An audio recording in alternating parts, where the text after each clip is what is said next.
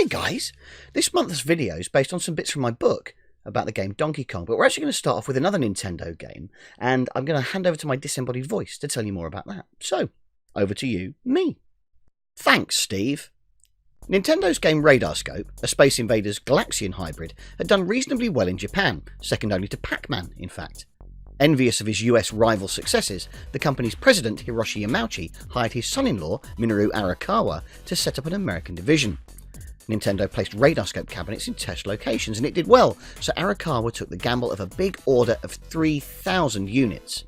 However, popularity waned, and by the time the cabinets arrived via boat 4 months later, they knew they were in trouble. The travel time wasn't helped by the fact that Arakawa had set Nintendo of America up in New York on the East Coast rather than on the West Coast, which, for the geographically challenged among you, is much nearer Japan. Learning from this mistake, it wouldn't be long before they moved the office to Seattle on the West Coast, but the damage was done. RadarScope failed to make a mark in the US, and of the 3,000 cabinets they shipped to America at considerable cost, they only managed to sell around 1,000. By this point in time, arcade machines were increasingly the same at their core: a cabinet, a monitor, and a bunch of integrated chips. If you added new chips to this base, a cabinet could be repurposed for another title. A young artist, Shigeru Miyamoto, who had designed the art for Nintendo's RadarScope cabinet, was tasked with coming up with their next game. Miyamoto had enjoyed games like Pong and Breakout in the past, but felt they'd benefit from having more of a story, as was the case with movies or books. At the time, Nintendo were developing a relationship with the owners of the cartoon character Popeye for their hugely successful Game & Watch series, but a final agreement wasn't in place, so instead of Popeye the Sailor Man gobbling up spinach and rescuing olive oil from Bluto, Miyamoto's game featured a carpenter grabbing hammers to smash his way to a damsel in distress being held captive by a giant gorilla. Eagle-eared listeners will spot the similarities because they are the same. Christening his game Stubborn Gorilla, and with a focus on cracking the American market, Miyamoto attempted to translate the title into English, opting for King Kong in place of Gorilla, and Donkey as an unknowingly poor and confusing synonym for stubborn, hence Donkey Kong. Donkey was not, as is often assumed, a misspelling of monkey. If you thought Donkey was a misspelling of monkey, but you know Kong means monkey, ask yourself, why would he call the game Monkey Monkey? Surely he'd just call it Monkey. Having said that, in writing the book, I've since discovered the scientific or Latin name for the Western gorilla is Gorilla Gorilla, so maybe it was just that Miyamoto's Latin was better than his English. The Western lowland gorilla's Latin name is Gorilla Gorilla Gorilla. Lazy Romans. We've got distracted. Back in America, when the distributors heard the game's title, Donkey Kong, they were crestfallen. It was gibberish and gibbonish. But after dropping it off in a couple of Seattle bars, it quickly became apparent the game was going to be a hit, and so it proved to be. The game had longevity too. While many machines remained popular for only a few months until the next big thing came along, Donkey Kong, the first platform game as we would now describe the genre, continued to do exceptional business into its second year. When it came to releasing a home version of Donkey Kong, it was actually the ColecoVision, not Atari, which secured the deal, thanks to Coleco's ability to also create tabletop versions of the games using LED technology, something Atari were unable to offer. This gave them access to more markets than Atari, which appealed to Nintendo. What's more, following the lead of third parties like Activision, Coleco had begun to explore creating versions of their games for the Intellivision and VCS too. So, after having the chance to benefit from Donkey Kong's exclusivity on the ColecoVision to give the hardware a sales boost at launch, they could then go on to release Donkey Kong on their rivals' systems too. They were the complete package, a one-stop shop for making money in the home market. Not that Nintendo weren't dipping their toe in that market at all though.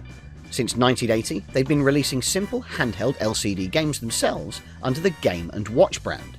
The first release was Ball, a juggling game which became a big hit, not least due to its low price of 5,800 yen, approximately $23, although that's still nowhere near as cheap as an actual set of juggling balls. I was lucky enough to secure a reissued version of Ball via the Club Nintendo Stars catalogue in 2011, which, if nothing else, tells you I wasted a fortune on the Wii's Virtual Console and on retro games I ended up playing once, then never looked at again. But at least I got something back, in the form of a handheld retro game I ended up playing once, and then never looked at again. So that's a win. Nintendo continued to innovate throughout the 80s with these toys, and many of the innovations seen in the Game & Watch franchise later found their way into other products. 1982's Oil Panic was the first to have 2 screens, with gameplay continuing from one through to the other. It also folded in half, clamshell style, protecting both screens when it wasn't in use, foreshadowing the Game Boy Advance and Nintendo DS by many years. When they released the Donkey Kong Game & Watch that same year, it featured a new directional pad, aka D-pad, for controls, and this is the instantly recognisable plus we've seen on controllers ever since, used for left, right, up and down. Coleco's tabletop Donkey Kong found its way to Japan as well, where it was released under the Game & Watch Tabletop spin-off brand, further demonstrating Nintendo's complete lack of regard for the meaning of the word watch. Nintendo then grew this sub-brand with its own range, with titles like Mario's Cement Factory and Mario's Bombs Away, the latter of which saw an uncharacteristically violent Mario in a war zone blowing up humans with bombs. I say uncharacteristically. When you boil it down, what actually is Mario? He's a plumber that jumps on turtles and then kicks them at other turtles. I mean, I guess it's possible he's severely allergic to turtles, he dies on contact with them, but even if that's true, it seems unnecessarily violent. I'm allergic to cats, but I've never stamped on a cat and then kicked it at another cat. I just avoid cats. Or worst case, EpiPen. Back to the book, all was not well for Coleco and Nintendo. Universal threatened to take them to court unless they provided a royalty on Donkey Kong sales, as Universal felt it was a violation of their copyright for King Kong. To be fair, a gorilla kidnapping a woman and taking her to the top of a building does seem familiar, and so Coleco conceded, and an arrangement was put in place. Nintendo's legal counsel, Howard Lincoln, however, advised them to fight, and they were right to do so. As it transpired, Universal had themselves argued in court that King Kong was public domain, in order to win a battle with the film's original owners, RKO Pictures. So, Universal threatened legal action, which their own previous legal action proved was nonsense. As a result, not only did Universal lose the fight, Nintendo then sought and got damages for lost revenue as compensation for Universal's aggressive threatening of the many companies to which Nintendo had licensed the Donkey Kong character. Nintendo subsequently took action against Universal again, as Universal had licensed King Kong to a company, Tiger Electronics, who had created a rip-off version of the Donkey Kong game.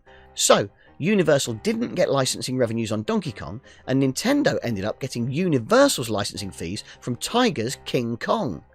Coleco and Atari then also went back for compensation from Universal against royalties they previously agreed for the ColecoVision and VCS versions of Donkey Kong. I can't be certain, but I'd imagine someone at Universal got very, very fired by my book.